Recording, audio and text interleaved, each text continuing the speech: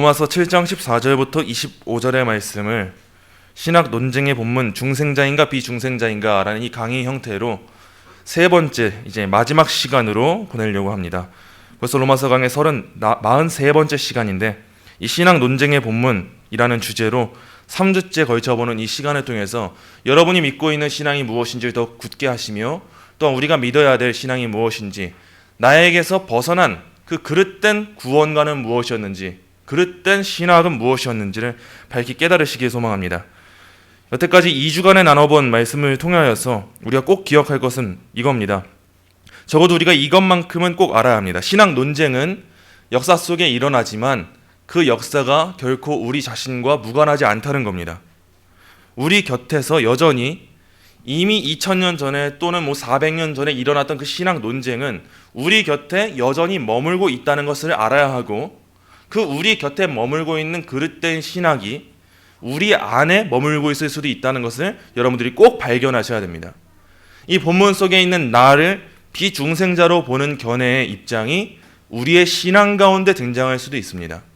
하나님의 은혜 없이 우리가 하나님을 믿고 그 말씀 앞에 귀 기울일 수 있고 두려워 떨 수 있다, 이와 같은 생각이 우리에게 있을 수도 있는 거예요. 또한 이 본문 속에 등장하는 나의 존재를 어느 정도의 중간 단계, 그 하나의 단계를 거치진 못했지만 제2의 축복을 받아야 되는 단계로 이해하는 그 견해가 우리에게 나타날 수도 있습니다.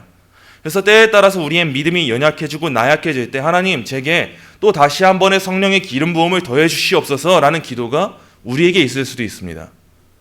또한 우리에게 그러한 제2의 축복이 있어야 된다라고 여기는 신앙의 자세가 우리에게 있을 수도 있어요.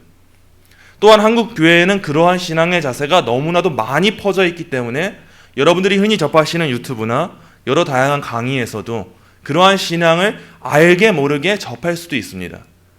그렇기 때문에 이 3주간에 걸친 이 강의의 내용은 결코 여러분과 무관하지 않다는 것, 이것을 먼저 기억하시고, 또한 이 외에도 수없이 일어난 신학적인 논쟁은 무수히 많습니다. 그 모든 것들이 우리와 무관하지 않다는 것을 꼭 기억하셔야 합니다. 이 어거스틴으로부터는 개혁파의 신학이 이어졌어요. 오늘은 그 내용을 보게 될 겁니다. 그러나 어거스틴 외에 어거스틴과 싸웠던 펠라기우스라는 자가 있었고, 그를 따르는 펠라기안이라는 펠라기우스 주의자들이 있었습니다. 또 그들이 워낙 많은 욕을 먹으니까 그들을 조금만 줄여서 세미 펠라기안이라고 불리는 반 펠라기우스 주의자들도 있었어요. 그들의 신학이 그 초대교회와 그 초대교회 시대에만 머물지 않고 오늘날까지 이어오고 있습니다. 어거스틴의 신학이 우리에게 이어져 온 것처럼 펠라기우스로부터 출발한 그 신학 또한 오늘날의 알미니안과 또 다른 신비주의자들과 자유주의 신학자들에게서 또 흘러나오고 있어요. 이걸 꼭 기억하셔서 우리가 오늘 나누는 이 개혁파의 견해, 중생자로 보는 입장, 이것을 지키는 것이 얼마나 귀하고 소중한 유산인가, 이것을 바로 아시는 여러분이 되시길 원합니다.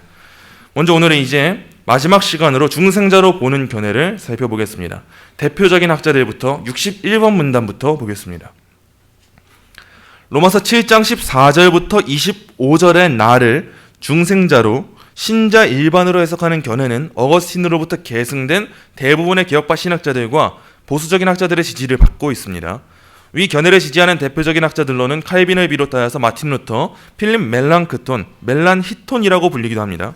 이들과 같은 종교 개혁자들, 또 존 오웬과 같은 청교도들, 존 머레이, 헤르만 바빙크, 루이스 벌코프, 찰스 아치, 존 낙스, 아브라함 카이퍼, 박형용, 박윤선 등과 같은 개혁주의자들, 또 후대에 이르러서는 크랜필드, 제임스 던, 제임스 패커, 데이빗 웬함, 이러한 신학자들의 지지를 받고 있습니다. 또한 이뿐만이 아닙니다. 본문 속의 나를 중생자로 보는 견해는 역사적으로 고백되어진 신앙 고백서와 요리문답에도 지지를 받고 있는데 대표적으로는 다음과 같습니다. 여기서 요리문답이라고 하는 것은 교리문답이랑 같은 말이라고 보시면 돼요. 교리랑 요리에 대해서 여러분들이 궁금하실 수도 있는데, 교리는 가르칠 교자를 쓰는 거고 다스릴 리자를 쓰는 거예요. 그래서 교리라는 말이 있는 거고, 요리도 비슷합니다. 요기나의 요자에 다스릴 리자를 쓰는 거예요. 그래서 영어로는 하나의 단어를 사용하고 있는데 한국말로는 요리, 교리 둘 다 써요. 그래서 소요리 문답, 소교리 문답 둘 다 통용적으로 쓰고 있습니다. 이걸 꼭 기억해 두시면 좋을 것 같아요. 한번 살펴보겠습니다. 웨스트민스터 신앙고백서 제13장 2항입니다. 이 성화는 전인격적으로 이루어지나 이 세상에 있는 동안에는 아직 불완전하다, 완전해질 수 없다는 겁니다. 사람의 모든 부분에 부패의 잔재들이 여전히 남아있어 이로부터 계속적이고 화해할 수 없는 싸움이 일어나므로 육신은 성령을 거스르고 성령은 육신을 거스른다. 다음 페이지 볼게요. 웨스트민스터 신앙고백서 13장 3항입니다.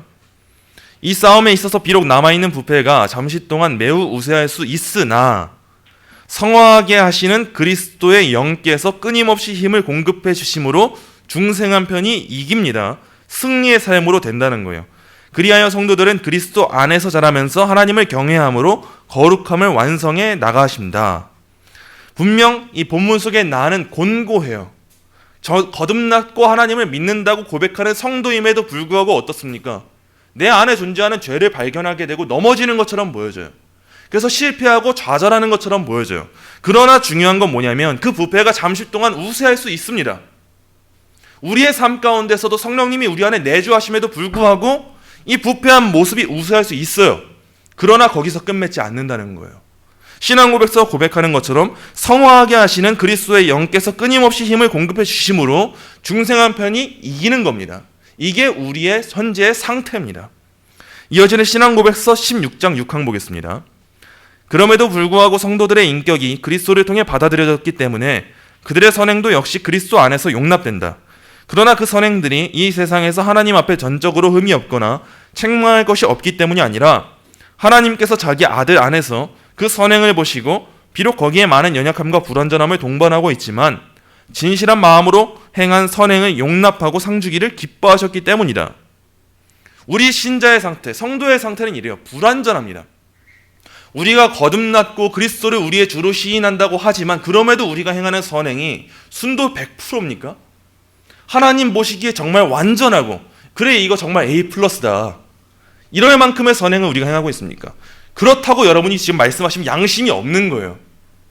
우리의 믿음은 그렇게 온전하지가 않습니다. 우리의 실상은 그렇게 온전하지 않아요.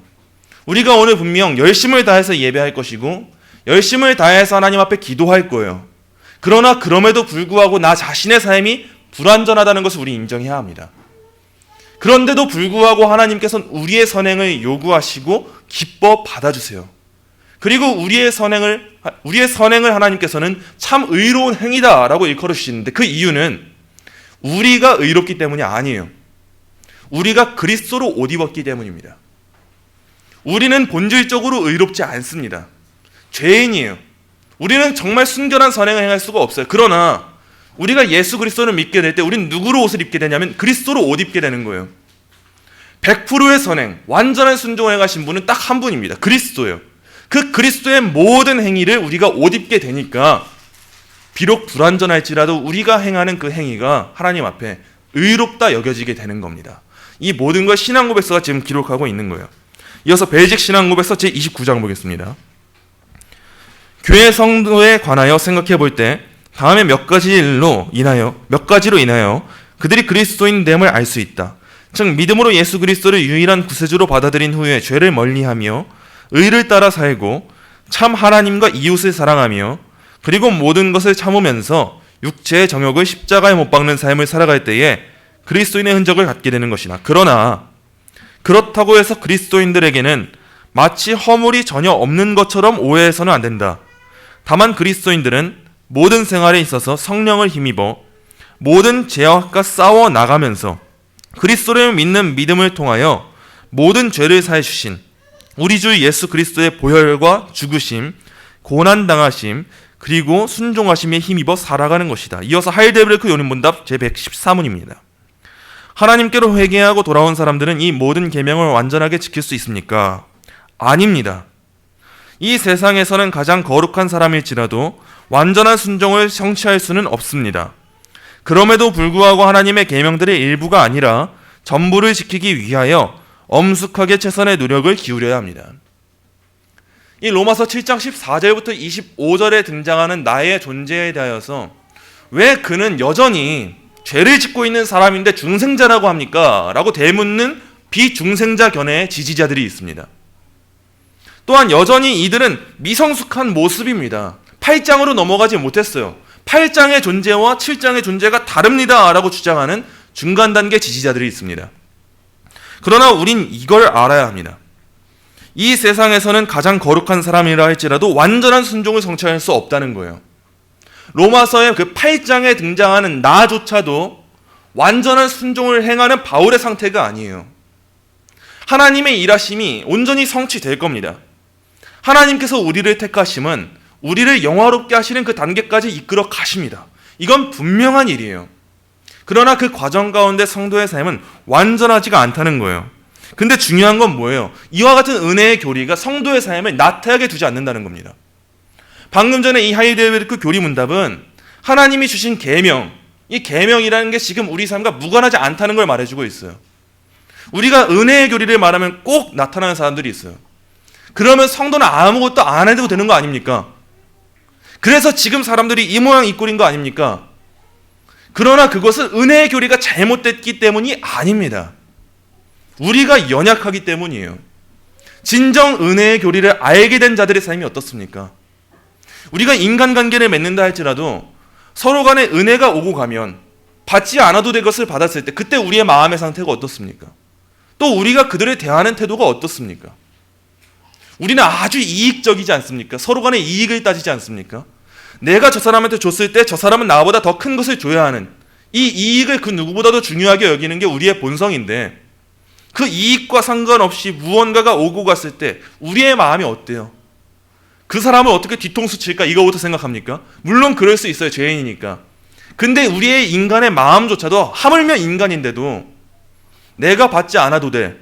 대가 없는 무언가를 받았을 때 그거에 대한 감사가 따르는 건 당연한 이치예요. 근데 하물며 우리 인간의 관계 또한 그러한데 진정 나 자신이 구원받아 마땅한 존재가 아니라는 사실을 알게 됐을 때 그럼에도 불구하고 하나님은 전적인 은혜로 나를 구원하셨다는 걸 알게 됐을 때 우리의 삶이 방임이 될 수 있는, 방자하게 살아갈 수 있는, 나탈 수 있는 그 삶을 살아갈 수 있겠습니까? 만일 여러분들이 오늘 이 자리에 나오시는데 이 예배 자리에 나오시는데 늘 해오던 것과 같이 익숙한 자세로 오늘 이 자리에 나오셨을 수도 있습니다. 그럼에도 불구하고 우리는 우리 자신이 성도일 걸 믿고 있어요. 우리는 우리의 행위로 구원받는 게 아니기 때문이에요. 근데 또다시 한번 생각해 봐야 합니다. 내게 진정한 감사가 없다면 오늘도 너무나도 당연하게 늘 해오던 자세로 예배 자리로 내가 나왔다면 그게 진정 은혜의 교리를 알고 믿는 자의 삶인가? 우린 이러한 점에 있어서 충분하게 점검해 볼 필요가 있는 거예요. 방금 전 이 문답을 기록한 하이델베르크 요리 문답은 세 가지 구조로 되어 있습니다. 하이델베르크 요리 문답의 제1문은 사나 죽으나 우리의 삶의 유일한 위로가 뭐냐고 물어요. 그리고 1문에서 답해줍니다. 사나 죽으나 우리의 삶의 유일한 위로는 오직 예수 그리스도뿐이라고 이걸 말해주고 있어요. 예수 그리스도가 나의 주인이심을 믿는 것, 이게 사나 죽으나 나의 유일한 삶의 위로래요. 그리고 2문에 가서 뭐라고 말하냐면 예수 그리스도께서 내 삶의 유일한 주인이시다라는 것을 알기 위해서 우리가 무엇을 알아야 됩니까? 이걸 묻습니다. 그때 총 세 가지를 말합니다. 첫째, 내 자신의 죄와 비참함을 아는 거예요. 내 상태를 먼저 아는 겁니다. 그리고 나서 둘째, 그러한 내가 어떻게 구원받았는지를 아는 겁니다. 그리고 여기에서 끝맺지 않아요. 사나 죽으나 나의 인생의 유일한 위로가 그리스도이심을 아는 자들이 알아야 될 것은 내가 죄인이라는 것, 내가 구원 어떻게 받았냐라는 것, 마지막 셋째는 이겁니다. 그렇다면 나는 어떻게 감사하는 삶을 살아야 될까?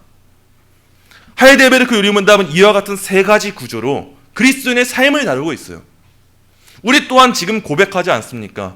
내 인생의 사나 죽으나 유일한 위로는 예수 그리스도는 나의 주인이라고 고백하는 겁니다. 이것 말고는 나의 인생에 유일한 위로가 없습니다. 고백하는데 내가 죄인인 걸 알지 못하는데 그 고백을 할 수 있습니까? 그러한 나에게 주어진 은혜가 어떠한지를, 그 구원이 무엇인지를 알지 못하는데 고백할 수 있습니까? 또한 그냥 고백만 하면 답니까? 아니에요. 진짜 은혜의 구원이라면 하나님께서 나의 감사를 어떠한 방식으로 받으실까까지 주목해야 합니다. 하나님께서 기뻐하시는 예배는 무엇일까? 내 안에서 우러나오는 은혜의 교리로 말미암은 그 감사의 방식을 하나님께서는 어떻게 받으실까? 이걸 주목하는 거예요. 그래서 우리는 은혜의 교리는 성도의 삶을 방임하지 않는다는 거, 이거를 주목해야 되는 겁니다. 그래서 본문 속에 나가 중생자라는 것을 이와 같은 신앙 고백서들이 다 지지하고 있다라는 걸 살피면서 이 견해를 더 살펴보도록 하겠습니다. 다음 페이지입니다. 중생자로 보는 견해의 주장입니다. 63번 문단입니다. 본문 속 나를 중생자로 보는 견해는 다음과 같은 근거들을 통하여 위 견해를 주장합니다. 첫째, 7장 7절부터 13절에서의 나의 상태와 7장 14절부터 25절에서의 나의 상태가 같은 상태이며, 이러한 나는 8장에서의 바울과는 다른 바울이라고 주장하는 자들이 있겠지만 7절부터 13절에서는 과거 시제가, 14절부터 25절에서는 현재 시제가 사용됨은 7절부터 13절은 중생 이전의 과거 바울의 경험을, 14절부터 25절은 중생 이후의 바울의 현재적인 경험을 담고 있음을 의미한다. 우리는 이와 같은 시제의 변화를 의도적으로 사용한 것으로 이해한다. 이후에 본문을 살펴보시면 7절부터 13절은 바울의 중생 이전의 경험을 담고 있는 것을 알 수 있고, 14절부터 25절은 중생 이후의 바울의 상태라는 것을 이 시제의 변화로 알 수 있다라는 겁니다. 둘째, 본문 속 나는 죄를 미워하며 선을 행하기 원하고 하나님의 법을 즐거워한다. 이와 같은 원함은 비중생자에게서 맺어질 수 없는 열매이며 중생자에게서만 가능케 되는 원함입니다. 이것은 비중생자가 가질 수 없어요. 죄를 미워하는 건 불신자가 할 수 없습니다. 선을 행하기 원하는 것도 불신자가 할 수 없어요. 하나님의 법을 즐거워하는 것도 불신자가 할 수 없어요. 그래서 중생자라고 말하는 겁니다. 셋째, 위 견해를 반박하고자 하는 자들은 언제나 본문 속 나의 죄에 대한 패배와 속박을 예로 들어 반박하고자 한다. 그러나 바울이 6장 12절부터 23절에서 신자들에게 죄가 지배하지 못하도록 자기 자신을 내주지 말라고 이미 서술한 것은 신자들에게도 죄의 사역이 여전히 발생할 것이기 때문임을 의미한다. 그러므로 로마서 7장 14절부터 25절의 내용은 로마서 6장과 8장 사이에서 고립된 어느 한 부분에 해당하지 않는다. 중생한 사람은 투쟁하지 않는 존재가 아니다. 중생자는 아직의 시간 가운데 여전히 투쟁해야 할 존재이다. 이것이 신자 일반의 상태이다. 중생자는 이미와 아직의 사이에 있는 겁니다. 이미 구원받았지만 아직 완성케 된 구원이 아니라는 걸 우리가 주목해야 돼요. 넷째, 본문 속 나는 이미와 아직 사이에서의 긴장 가운데 패배와 절망만이 가득한 삶을 살아가는 존재가 아니다. 그는 분명 장차 두드러지게 나타날 승리를 암시하고 그것에 감사하고 있다. 그는 누가 나를 건져내랴 라며 자신의 현실적인 경험을 토로하지만 주 예수 그리스도로 말미암아 하나님께 감사한다. 이는 결코 나의 상태가 패배의 상태에 놓여져 있지 않음을 의미한다. 그는 확신과 소망으로 가득 찬 상태에 놓여져 있다. 어찌 이와 같은 고백이 비중생자로부터 가능하겠는가? 다음 페이지 보겠습니다. 개혁주의적인 관점에서 보았을 때 본문 속 나를 중생자로 이해하는 것보다 탁월한 해석은 존재하지 않습니다. 왜냐하면 로마서 7장 14절부터 25절에서의 나의 상태는 결코 비중생자로 묘사될 수 없으며 또한 중간 단계로도 이해될 수 없음이 분명하기 때문입니다. 그러므로 우리는 본문 속에서의 나를 비중생자 혹은 어느 특정한 그리스도인만의 경험으로 이해하는 것이 아니요 일반적인 중생자의 경험으로 이해해야 합니다. 개혁주의 성화론에 대해서 이제 한번 살펴보겠습니다. 미국 칼빈 신학교 조직신학 교수였던 앤서니 후크만은 다음과 같이 말했습니다. 우리 주 예수 그리스도는 성부께 대한 전적인 순종과 고난, 죽음, 부활을 통해 우리에게 죄와 죄의 모든 결과로부터의 구원을 가져다 주셨다.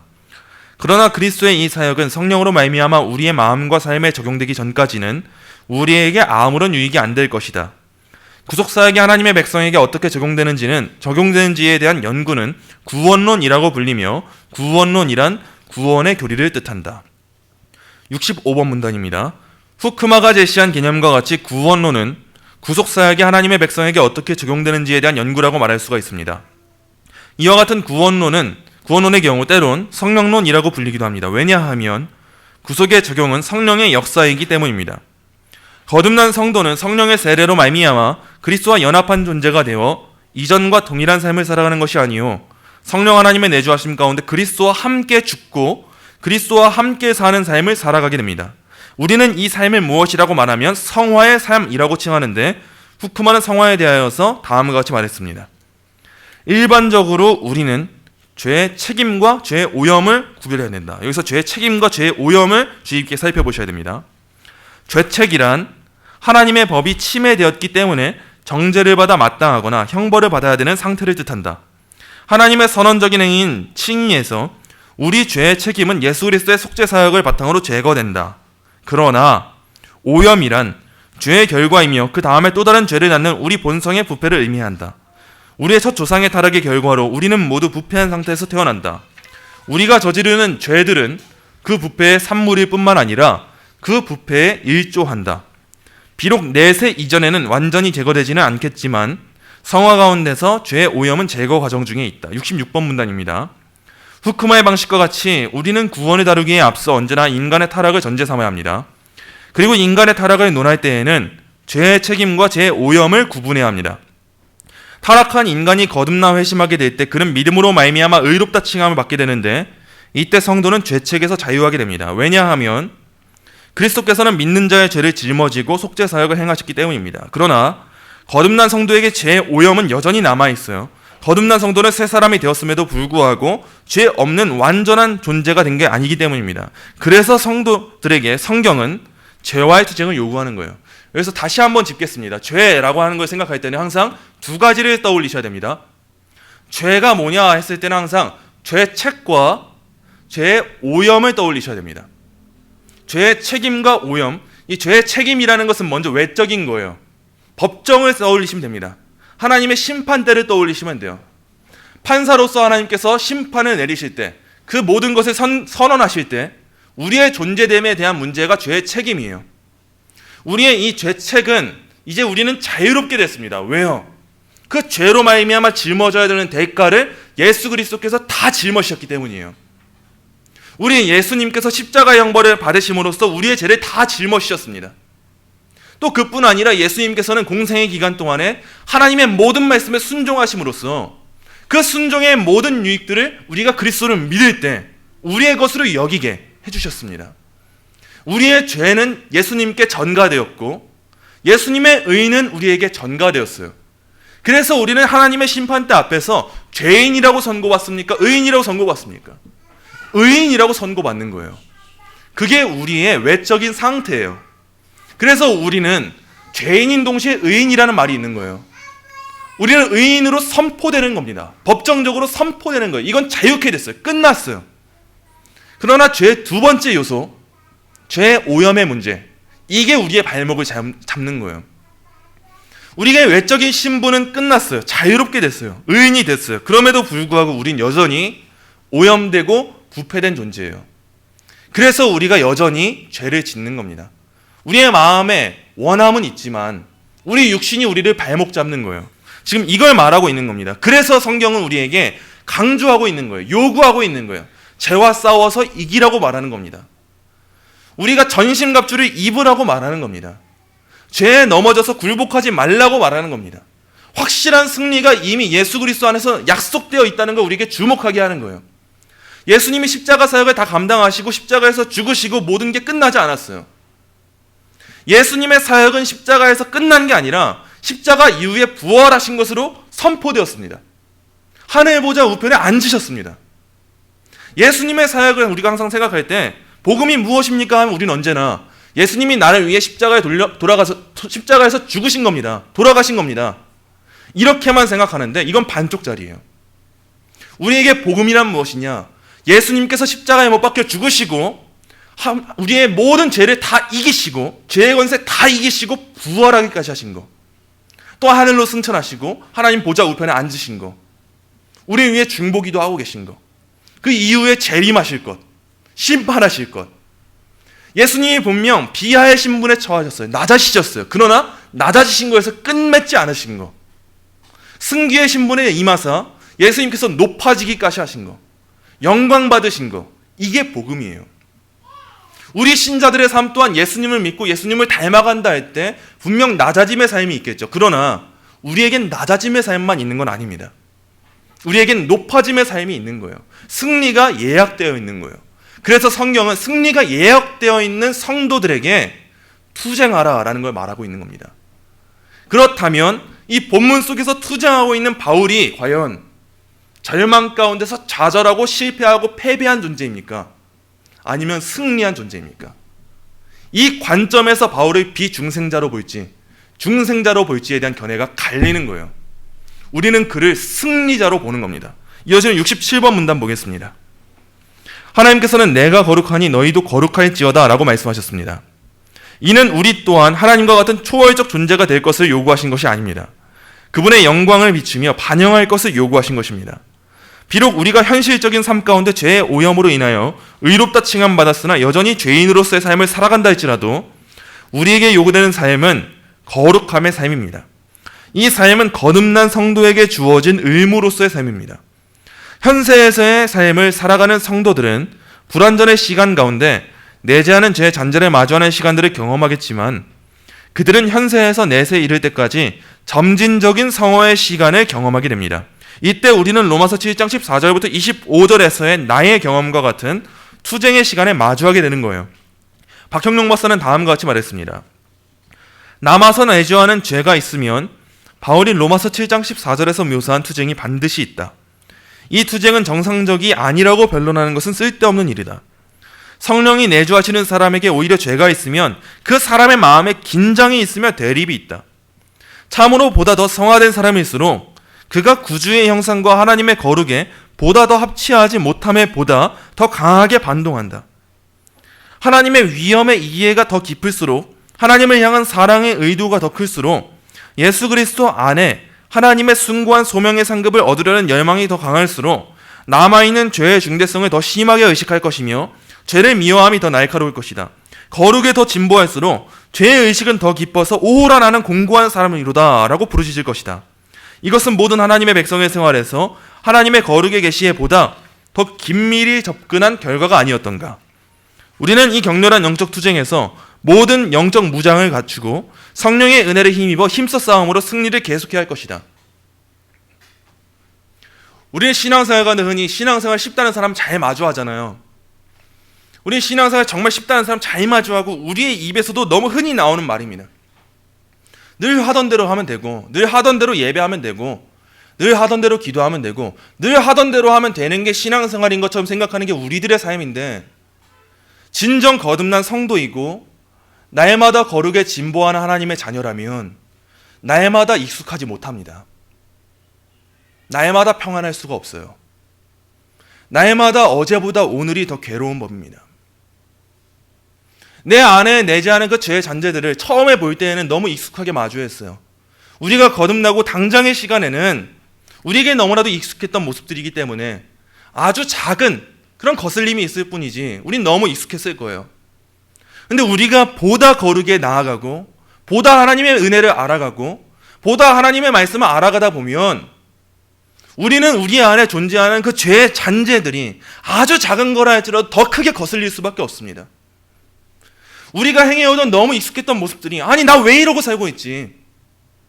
아니 내가 진정 은혜 받아 하나님의 자녀인데 내가 사랑하는 것은 이것이 아닌데 나는 하나님의 말씀을 사랑하고 있고 그분의 규범을 사랑하고 있는데 나에게 왜 이러한 모습들이 나타나는가? 난 왜 이렇게 괴로운 현실에 처해져 있는 것인가? 내 실존은 왜 이렇게 괴로운 건가? 왜 이렇게 억울한 건가? 암담한 건가? 나는 왜 이것조차도 이기지 못하고 있는가? 이러한 좌절과 혼란 가운데 고백이 나올 수밖에 없는 거예요. 그래 나는 참 곤고한 사람이다. 그냥 우리가 살아가는 인생 가운데 어이없고 힘든 현실을 마주해야 했을 때 곤고한 사람이다라는 고백이 나오는 게 아닙니다. 그냥 집에서 설거지하다가 내가 지금 뭐 하고 있지? 나 왜 이렇게 곤고하지? 또 늘 해오던 일을 하면서 이 일을 언제까지 해야 되지? 왜 나 이렇게 곤고하지? 이러한 고백이 지금 사도가 하는 고백이 아니에요. 사도가 마주하고 있는 고백은 우리가 늘 해오던 신앙생활처럼 하는 이 신앙생활 가운데 나오는 고백이 아니라 오늘보다 내일 더 괴로운 고백이에요. 내일은 또 더 나은 내일이 아니라 죄에 대해서 더 떨리는 마음이 있고 더 증오하는 마음이 가득하고 한탄하는 마음이 가득한 그러한 고백이 나 참 곤고합니다. 오라 나는 곤고한 사람이로다. 이 고백이에요. 우리에게 과연 이 고백이 있습니까? 우리에게 과연 이 성화의 삶이 있습니까? 은혜의 교리 좋아요. 맞는 소리예요.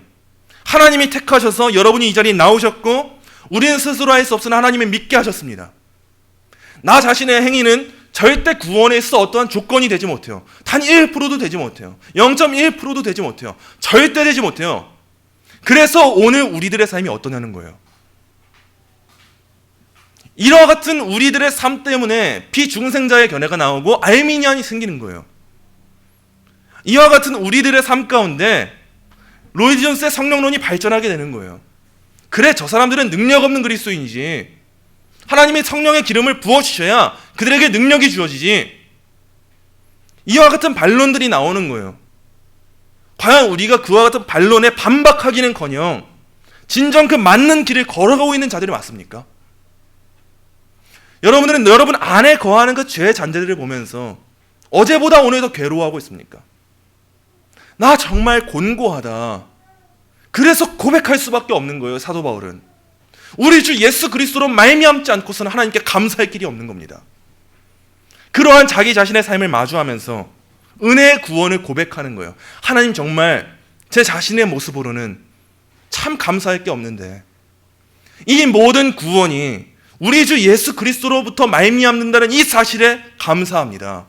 하나님 영광받아 마땅하신 분이십니다. 이와 같은 고백이 나오는 게 우리들의 성화의 삶인 거예요.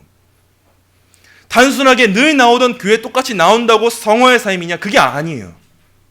익숙한 삶을 살아가는 거 그게 아닙니다.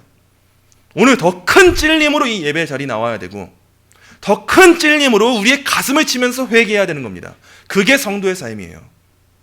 그게 없는데 어디 감히 은혜의 교리를 논합니까? 그것은 하나님의 은혜를 먹칠하는 거예요. 우리 그런 삶 살면 안 되는 거 아닙니까?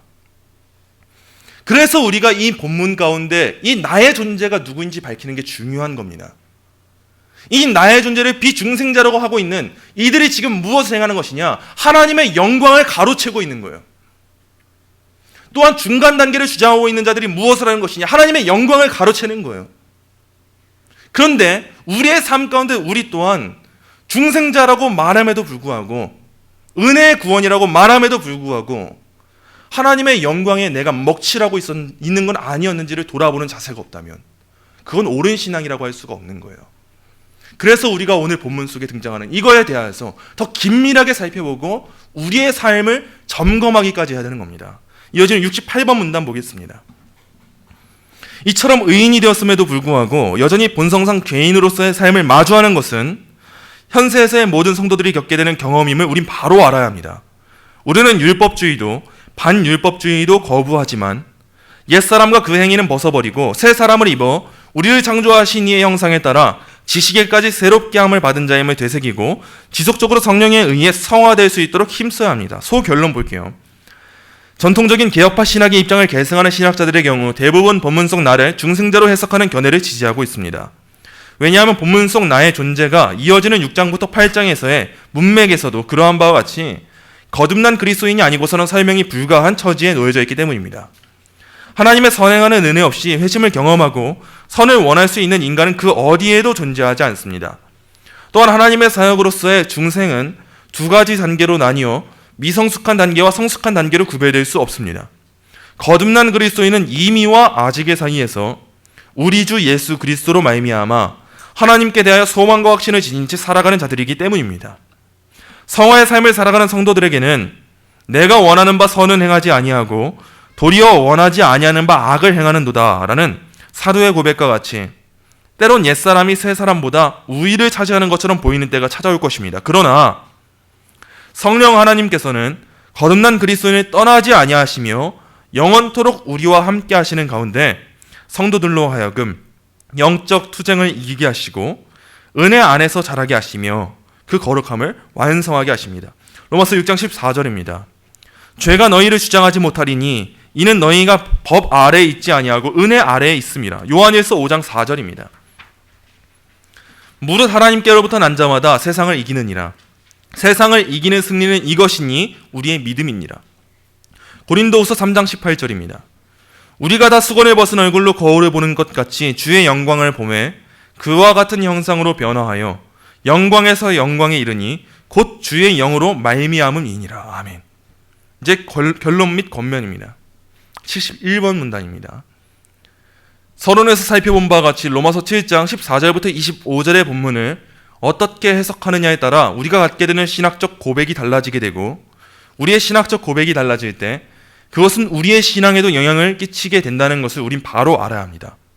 성경의 전체에 있어서 로마서 7장 14절부터 25절은 고작 12절에 불과한 작은 부분을 차지하고 있는 것처럼 보여지지만, 위 본문을 해석하는 일은 약 2000년 동안의 교회사 가운데 쉬지 않고 큰 논쟁들을 낳았으며, 이와 같은 논쟁들은 언제나 개혁파 신학을 위협해 왔다는 사실을 잊어서는 안 됩니다. 우리는 이와 같은 연구를 통하여 로마서 7장 14절부터 25절에 등장하는 나의 정체성을 바르게 밝히는 일이 해당 본문에만 영향을 끼치는 일이 아니라는 사실을 주의 깊게 생각해 볼 수 있어야 합니다. 왜냐하면 위 연구에서 밝힌 바와 같이 본문 속 나의 정체성을 각각 달리 해석하는 교내들의 지지자들은 이 본문에서만 우리와 해석을 달리하는 것이 아니며 성경 전체와 신학 전체에서 우리와 상이한 신학적 입장을 취하게 되기 때문입니다. 이처럼 신학과 신앙에 있어서 일부분의 왜곡과 변형은 언제나 일부분의 왜곡과 변형으로만 끝맺지 아니하며 전체적인 왜곡과 변형으로 나아갈 수밖에 없는 현실적 한계에 놓여져 있음을 오늘날의 성도들은 깨어있어 직시해야 합니다. 왜냐하면 위 연구의 서두에서 밝힌 바와 같이 신학이라고 하는 것은 각각의 일부들이 유기적인 관계 속에 놓여져 있기 때문입니다. 종교교육의 유산으로 남은 5가지의 오직, 이 5 솔라 중에 오직 성경은 더할 나위 없이 우리에게 익숙하고 친숙합니다. 그러나 개혁파 신학에 있어서 오직 성경만큼이나 전체 성경이 중요하다는 사실은 많은 이들이 놓치고 있습니다. 성경은 하나의 부분 가운데 단순 문자주의적으로만 해석되어져서는 안 됩니다. 전체 성경의 가르침 가운데 통일성 있게 해석되어져야 하기 때문입니다. 이때 우리는 역사적으로 고백되어진 개혁파 신학과 신앙고백서, 신조 등의 도움을 받아야 됩니다.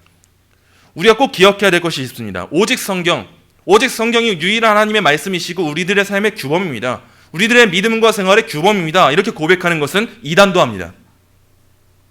우리가 오늘 이 자리에 앉아서 그래요, 저 오직 성경 믿습니다, 하나님의 말씀만 내 삶의 유일한 규범이십니다, 이것을 고백하고 이것을 통해 성경을 보지만 이와 같은 고백은 이단도 하고 사이비도 하고 다 해요.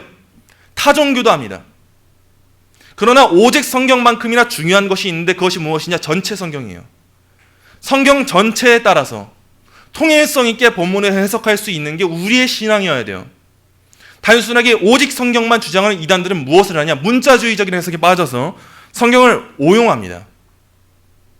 대표적으로 우리의 신앙에 대해서 반박하는 이들도 너무나도 많아요. 우리는 믿음으로 구원받죠.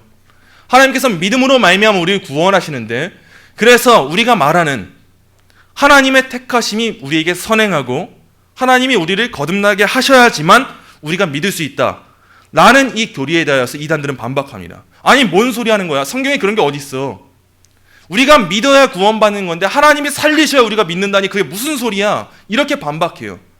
왜냐하면 그들도 자기 자신들의 입장을 성경을 믿는 자로 주장하고 있기 때문입니다.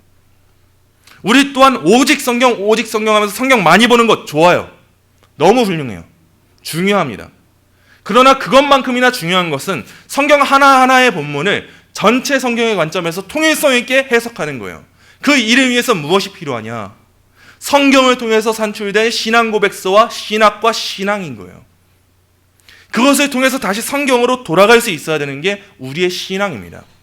이어지는 문단 보겠습니다. 김양주 교수는 다음과 같이 말했습니다. 성경은 오류 없는 하나님의 말씀이다. 신앙 고백서는 성경에 수록된 내용을 교리적으로 체계화하여 문서로 표출하고 있다. 성경은 하나님을 신앙하고 생활하는 제1의 문서이며 그것에 따른 신앙 고백서는 제2의 문서이다. 이 신앙 고백서는 성경의 교리학을 정립하는 기본 원리이다.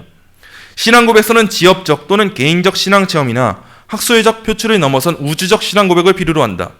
그러므로 역사적 신앙 고백은 교회 역사를 통해 일관성 있게 선지자들과 사도들의 신앙에 기초하여 객관적으로 고백한 교리적 체계를 집대성한 성경 교리이다. 이 신앙 고백의 교리는 성경을 하나님의 말씀으로 신앙하는 데 있어 수많은 순교자들의 핏값으로 얻어진 열매이다. 예수님께서 승천하신 후 사도들에 의해 세워진 신학 교회는 교리적 전투를 복음 전도와 병행해 왔다. 그 전투의 열매가 바로 이 역사적 신앙 고백서이다. 이 역사적 신앙 고백서는 합의적 요소와 함께 체계적 정립을 거쳐 집합된 성경 교리이다. 이 교리는 개혁파 신학의 뼈대가 되는 원리이다. 그러므로 개혁파 신학은 성경 교리의 학문화를 말한다. 75번 문단입니다. 역사적 신앙 고백서는 성경으로부터 노출된 제2의 문서입니다. 그러므로 우리는 성경으로부터 체계적으로 정립되고 역사적으로 고백되어진 신앙 고백서와 개혁파 신학을 향하고 체계적으로 정립되고 역사적으로 고백되어진 신앙 고백서와 개혁파 신학을 통해서 다시금 성경을 향할 수 있어야 합니다. 이 과정을 거치지 않고 행해지는 성경 해석은 타락한 인간의 본성상 더욱 큰 위험에 빠지기 쉽기 때문입니다. 언제나 이 순서를 기억해야 합니다. 우리는 성경이 제1의 문서라는 것을 믿습니다. 오직 성경이 하나님의 규범의 말씀임을 믿어요. 그러나 이 성경을 성경답게 믿기 위해서는 우리는 전체 성경의 관점에서 본문을 봐야 돼요. 그러기 위해서 성경으로부터 나온 고백이 무엇이냐면 신앙 고백입니다. 우리가 믿고 따르는 웨스트민스터 신앙 고백서를 비롯한 교회들이 인정해온 신앙 고백들이 있어요. 신조들이 있어요. 우리가 고백하는 사도신경도 마찬가지입니다. 우리가 믿는 바가 무엇인지를 서술한 거예요. 이단들로부터 우리의 진리를 변호하고 변증한 거예요. 그래서 우리는 성경으로부터 나온 신앙 고백서, 신조, 교리문답, 신학의 도움을 받아야 돼요.